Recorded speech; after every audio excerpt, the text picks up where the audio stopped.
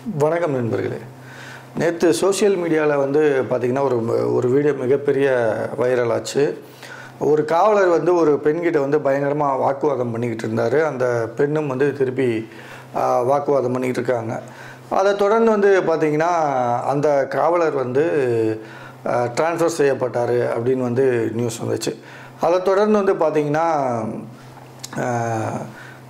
சென்னை மாநகர அந்த காவல் ஆணையர் வந்து அவங்க ஒரு வீடியோ வெளியிட்டிருந்தாங்க.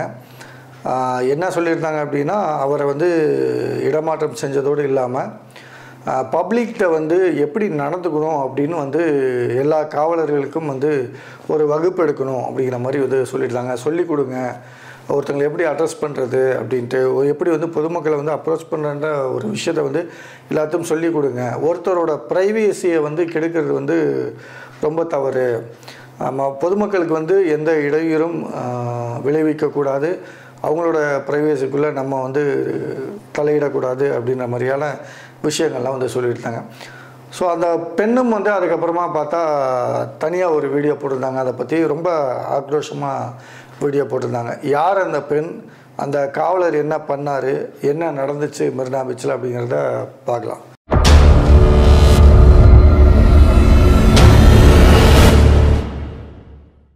மெரினா பீச் நம்ம எல்லாத்துக்கும் தெரியும்.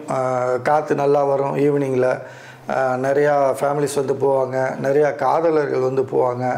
ஸோ அப்படி இருக்கக்கூடிய இடத்துல வந்து ஒரு பொண்ணும் ஒரு பையனும் வந்து உட்காந்து பேசிக்கிட்டு இருக்காங்க. அப்போ மணி வந்து பார்த்திங்கன்னா ஒரு 7:30-8 மணி அந்த டைம் இருக்கும். ஸோ அப்படி இருக்கும்போது அங்கே வந்து காவலர் வந்து அவங்கள்ட்ட என்ன கேட்குறாரு அப்படின்னா, வந்தோடனே நீங்கள் வந்து ஹஸ்பண்ட் அண்ட் ஒய்ஃபா அப்படின்னு வந்து கேட்குறாரு. அதுலேயே அந்த கேள்வியிலேயே வந்து அவங்க வந்து கோவப்பட்டுட்டாங்க. நீங்கள் எப்படி இப்படி கேட்கலாம் அப்படின்னு. இல்லைங்க, நீங்கள் யாருன்னு நான் கேட்குறேன், எனக்கு தெரியும், நம்மளை கேட்டால் பதில் சொல்லணும்ல, அவங்க ஐடி கார்டெலாம் கொடுங்க அப்படின்னோன்னா அந்த பொண்ணும் அந்த பையனும் வந்து ஐடி கார்டு எல்லாமே வந்து கொடுத்துருக்காங்க. இவரும் அதெல்லாம் வாங்கி செக் பண்ணிக்கிறாரு. பட் ஆனால் அந்த பொண்ணு வந்து அந்த கேள்வியை விடலை. நீங்கள் எப்படி வந்து ஹஸ்பண்ட் அண்ட் ஒய்ஃபா அப்படின்னு வந்து கேட்பீங்க அப்படின்ட்டு. அவங்க கேள்வியில் ஒரு நியாயம் இருக்குது. என்ன அப்படின்னா, அவங்க வந்து ஒரு அண்ணனாக இருக்கலாம், தம்பியாக இருக்கலாம், ஒரு சித்தப்பா பையன், பெரியப்பா பையனாக இருக்கலாம், எதுவாக வேணாலும் இருக்கலாம்.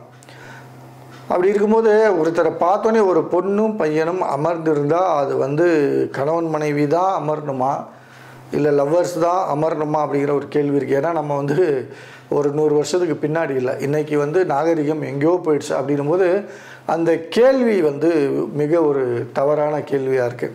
அந்த காவலர் அவர் கடமை செய்கிறாரு, அது வந்து தவறில்லை. ஏன்னா ஒரு தவறு நடந்ததுக்கப்புறம் வந்து அதை தண்டிக்கிறதுக்கோ விசாரிக்கிறதுக்கோ வந்து நீதிமன்றம் இருக்குது. பட் ஆனால் தவறு நடக்காமல் தடுக்கணும் அப்படின்னா அது காவல்துறையால் தான் முடியும். ஏன்னா முன்னாடியே ஏதாவது ஒரு தவறுகள் நடக்கிற மாதிரி ஒரு விஷயம் தெரிஞ்சுது அப்படின்னா அதை என்ன ஏதுன்னு விசாரித்து தடுக்கக்கூடிய ஒரு வீரர்கள் வந்து அந்த காவல்துறையினர் தான். ஆனால் அவர் கேட்ட மோட்டிவ் கரெக்டாக இருந்தாலும் கேட்ட விஷயம் தப்பு, கேட்ட கேள்வி தப்பு அப்படிங்கிறனால அவங்க மேலே வந்து ரொம்ப டென்ஷன் ஆகிட்டாங்க. அவங்க டென்ஷன் ஆகிறதுக்கு ஒரு மிக முக்கியமான காரணம் இருக்குது. ஏன்னா அவங்க வந்து ஒரு வழக்கறிஞர் அப்படின்றதுனால இங்கே சொல்லவா வேணும். ஏன்னா இவங்க வந்து முழுக்க சட்டம் தெரிஞ்சவங்க அப்படின்றதுனால நீங்கள் எப்படி இதை கேட்பீங்க அப்படின்ட்டு பயங்கரமாக வாக்குவாதம் பண்ண ஆரம்பிச்சிட்டாங்க. இவங்க வாக்குவாதம் பண்ண ஆரம்பித்தோடனே அந்த காவலர் வந்து கொஞ்சம் எகிரி பேசுகிறார் பயங்கரமாக. அதுவும் இல்லாமல் அவர் கேட்ட டோனே வந்து ஆரம்பத்தில் வந்து அப்படி ஒரு மிரட்டல் தோணியாக கேட்டார் அப்படின்னு வந்து சொல்கிறாங்க. அந்த வீடியோலையும் அவர் பேசின அந்த தோணியை வந்து நம்மளால் பார்க்க முடியுது. அப்படியே பயங்கரமாக அப்படி ஒரு இதாக பேசுகிறாரு. ஸோ ஒரு சாதாரண ஒரு என்னை மாதிரி ஒரு வக்கீல்கிட்டே நீங்கள் வந்து இந்த மாதிரி பேசுகிறீங்க அப்படின்னா நீங்கள் வந்து சாதாரண ஒரு ஆளுங்கள்ட்டெல்லாம் எப்படி பேசுவீங்க அப்படின்னு வந்து கேட்குறாங்க. இதில் வந்து நியாயமான விஷயமும் இருக்குது.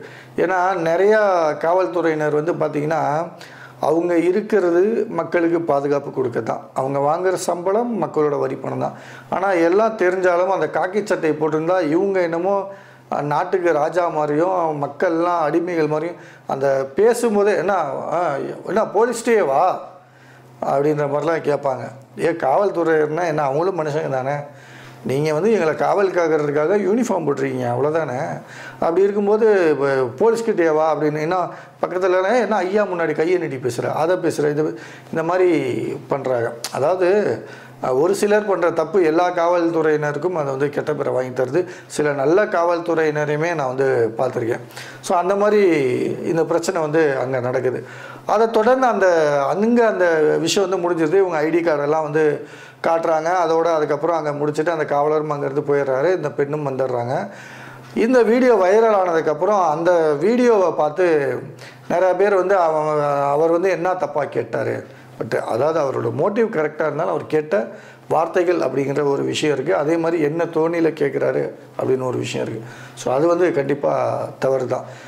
அவர் கேட்டுக்கலாம், என்னம்மா இங்கே இருக்கீங்க, எங்கேருந்துமா வரீங்க, ஏம்மா இங்கே உட்காந்துருக்கீங்க அப்படின்னு கூட பண்பாக கூட கேட்டிருக்கலாம். ஸோ அது அவர் அப்படி கேட்கல அப்படிங்கிறது அங்கே பிரச்சனை ஆயிடுச்சு. ஸோ இந்த வீடியோ வைரல் ஆனதுக்கப்புறம் அவருக்கு அந்த காவல்துறை சப்போர்ட் பண்ணி, அந்த நபருக்கு காவல்துறை வீரருக்கு சப்போர்ட் பண்ணி நிறையா பேர் வந்து இது போடுறாங்க, அவர் என்ன தப்பாக கேட்டுட்டாரு அப்படின்னு. அவங்க நினைக்கிறதுலையும் நியாயம் இருக்குது தான். ஏன் அப்படின்னா இன்றைக்கி சூழ்நிலையில் நம்ம பார்த்துக்கிட்டு இருக்கோம். இன்றைக்கி வந்து தெரியாத ஆள்கிட்ட சிக்கி தவிக்கிறத விட தெரிஞ்ச ஆண்கள்கிட்ட வந்து மாட்டி தவிக்கிற பெண்கள் தான் அதிகம். ஸோ அந்த மாதிரி ஒரு மோட்டிவில் கூட அவர் கேட்டுருக்கலாமே, நீங்கள் ஏன் இவ்வளோ தவறாக எடுத்துக்கணும் அப்படின்ற ஒரு விஷயம் இருக்குது அப்படின்னு வந்து நிறையா பேர் அவர்கிட்ட வந்து சப்போர்ட் பண்ணி அதை வந்து கேட்டிருக்காங்க. பட் ஆனால் நம்ம வெளியே ஒரு வீடியோவாக அதை பார்த்து நம்ம 1000 பேசலாம். ஒரு பக்கத்தில் இருந்தவர் ஒரு மரியாதைக்குரிய ஒரு நபராக கூட இருந்திருக்கலாம். அவங்களோட இருந்தவங்க ஒரு பெரிய மரியாதைக்குரிய ஒரு நம்பிக்கைக்குரிய, எப்படி யாரை வேணா அவரை டக்குன்னு இவங்க வீட்டுக்காரா அப்படின்னும் போது நீங்கள் புருஷன் பொண்டாட்டியான்னு கேட்டால் எப்படி இருக்கும்? ஸோ அது கூட இது காரணம் பண்ணிக்கலாம். சரி, இது கூட சிலர் வந்து தெரியல, சிலர் சப்போர்ட் பண்ணுறாங்க அப்படிங்கிறதெல்லாம் இருக்கட்டும். இதில் மிக முக்கியமாக இன்னொரு குரூப் இறங்கியிருக்கு. என்ன அப்படின்னா, உடனே வந்து நீ எதுக்கு அந்த நேரத்தில் அங்கே போன அப்படின்னு ஒரு கேள்வி. அந்த நேரத்தில் உனக்கு அங்கே என்ன வேலை, நீ யாரோட போன, நீ என்ன பண்ணுற அப்படின்னு, அதாவது ரொம்ப கேவலமான கமெண்ட்டுகள்லாம் வந்து அந்த வீடியோவுக்கு கீழே வந்து பதிவு பண்ணுறாங்க. இது என்ன புரியல அப்படின்னா, யாரோட போனால் என்ன, எங்கே போனால் என்ன, ஆண்கள் மட்டும்தான் எல்லா இடத்துக்கும் போகலான் இருக்கா? ஒயின் ஷாப்புக்கு போகிறது தவறுன்னு எல்லா ஆண்களுக்கும் தெரியும், போகிறாங்களா இல்லையா? ஸோ அப்படி இருக்கும்போது இதே அந்த பீச்சுக்கு ஒரு ஆண் போனால் வந்து தவறு கிடையாது, அதே ஒரு பெண் போனால் வந்து தவறா அப்படிங்கிறது தான். இன்னொரு விஷயம் என்ன அப்படின்னா, இப்போ ஒரு 10 பெண் வந்து ஒரு ஆணுக்கிட்ட போனால் அந்த பெண்ணை வந்து தவறான ஒரு வார்த்தை சொல்கிறாங்க. சரி, அதே நேரம் அந்த 10 ஆண்கள் போனாங்கல்ல, அவங்களாம் அந்த பொண்ணை கல்யாணம் பண்ணிக்கிறேன்ட்டு போலையே அப்படின்போது என்ன மோட்டிவில் அவங்க போனாங்க? அப்போ அவங்க மேலே அது தவறு இல்லையா?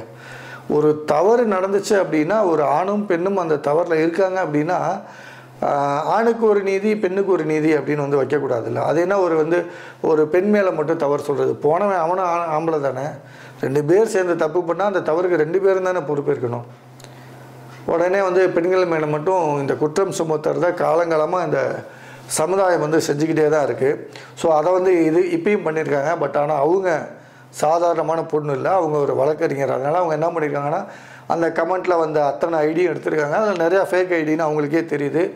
அத்தனை பேரையும் வந்து லிஸ்ட் அவுட் பண்ணியிருக்காங்க. அத்தனை பேர் மேலேயும் வந்து கேஸ் போட்டு சைபர் கிரைம் மூலியமாக அத்தனை பேர் மேலேயும் வந்து நடவடிக்கை எடுக்கப்படும் அப்படின்னு வந்து சொல்லியிருக்காங்க.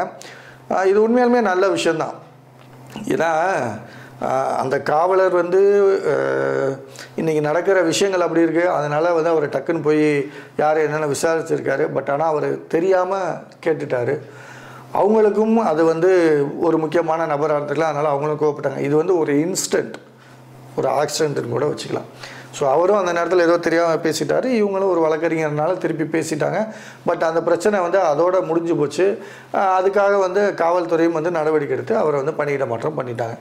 ஆனால் அதுக்கப்புறம் அதுக்கு பின்னாடி இருந்து இவங்கெல்லாம் செய்ய வேலை என்ன, அந்த விஷயம் அதோடு முடிஞ்சு போச்சு. அவங்களுக்கு சப்போர்ட் பண்ணுறன்ற பேரில், அந்த காவலருக்கு சப்போர்ட் பண்ணுறன்ற பேரில் ஒரு பெண்ணை வந்து அசிங்கப்படுத்திக்கிட்டே போகிறாங்க. இது வந்து பயங்கரமாக நடந்துக்கிட்டே தான் இருக்குது எல்லா விஷயங்கள்லையும். ஸோ இப்போ வந்து அவங்க மேலே வந்து நடவடிக்கை எடுக்க போகிறாங்க. இந்த மாதிரி விஷயங்களை வந்து ஆண்கள் மாற்றிக்கணும் அப்படிங்கிறது தான். ஏன்னா எப்பயுமே வந்து எல்லாத்துலேயும் வந்து பெண்களை மட்டும் தவறு சொல்கிறது வந்து சரியான விஷயம் கிடையாது. ஆணுக்கான நீதி தான் பெண்ணுக்கும், பெண்ணுக்கான நீதி தான் ஆணுக்கும். 2 பேர்த்துக்கும் ஒரே நீதி தான், 2 பேர்த்துக்கும் ஒரே வழி தான். அப்படின்னும்போது இதை நம்ம இந்த மாதிரியான விஷயங்கள் வந்து பண்ணுறது உண்மையாலுமே ரொம்ப ஒரு வெட்கக்கேடான விஷயம். இதை பார்த்துக்கிட்டு நீங்கள் யாராவது இது மாதிரி பண்ணியிருந்தீங்க அப்படின்னா கூட உண்மை என்னன்னு தெரிஞ்சுக்கங்க. அப்படியே நீங்கள் வந்து தெரிஞ்சுக்கிட்டாலும் கூட நியாயமான விஷயங்களை பேசுங்க. தேவையில்லாமல் அவதூறு, அதை கீழே போய் அந்த கெட்ட கெட்ட வார்த்தைகளை எழுதுறது, கேவலமாக கமெண்ட் பண்ணுறது, இந்த மாதிரியான விஷயங்களை வச்சுக்கக்கூடாது அப்படிங்கிறது தான் ஒரு முக்கியமான விஷயம். இப்போ அந்த வழக்கறிஞர் வந்து பெண்களுக்கும் சொல்லியிருக்காங்க, நீங்கள் யாரும் பயப்படாதீங்க அப்படின்னு சொல்லி இதுக்கான சட்டங்களையும் வந்து எல்லாத்தையும் சொல்லியிருக்காங்க. சில பேர் இருக்காங்க அப்படின்னு நீங்கள் வந்து அந்த மாதிரி உங்களுக்கு கமெண்ட்டுகள் போடப்பட்டால் அதை வந்து ஸ்க்ரீன்ஷாட் எடுத்துக்காங்க. ஸ்க்ரீன்ஷாட் எடுத்து நீங்கள் கமெண்ட்டை கூட டெலீட் பண்ணிக்கலாம். அதை வச்சு நீங்கள் வந்து கம்ப்ளைண்ட் பண்ணுங்கள், கண்டிப்பாக வந்து ஆக்ஷன் எடுக்கப்படும் அப்படின்ற மாதிரி சொல்லியிருக்காங்க. ஸோ இதுதான் அங்கே நடந்த விஷயம். ஆண்களான எல்லாருமே வந்து கண்ணியம் காக்கணும் அப்படிங்கிறது தான் என்னோடய தாழ்மையான வேண்டுகோள். அதே மாதிரி ஒரு இன்சிடென்ட் நடக்குது அப்படின்னா அதில் என்ன நடந்திருக்குன்னு தெரியாமல் சப்போர்ட் பண்ணுறேன்ற பேரில் 2 பக்கமே யாருக்காக இருந்தாலும் சரி சப்போர்ட் பண்ணுறேன்ற பேரில் அந்த பிரச்சனையை வந்து இன்னும் பெருசாக்காதீங்க. அந்த காவலருக்கு சப்போர்ட் பண்ணி வீடியோ போடுறேன்னு போட்ட ஒரு விஷயந்தான் இன்றைக்கி இந்த அளவுக்கு போய் கொண்டு போய் விட்டுருக்கு. ஸோ அதை யாரும் செய்யாதீங்க அப்படிங்கிறது தான் இது ஒரு மிக முக்கியமான பதிவு.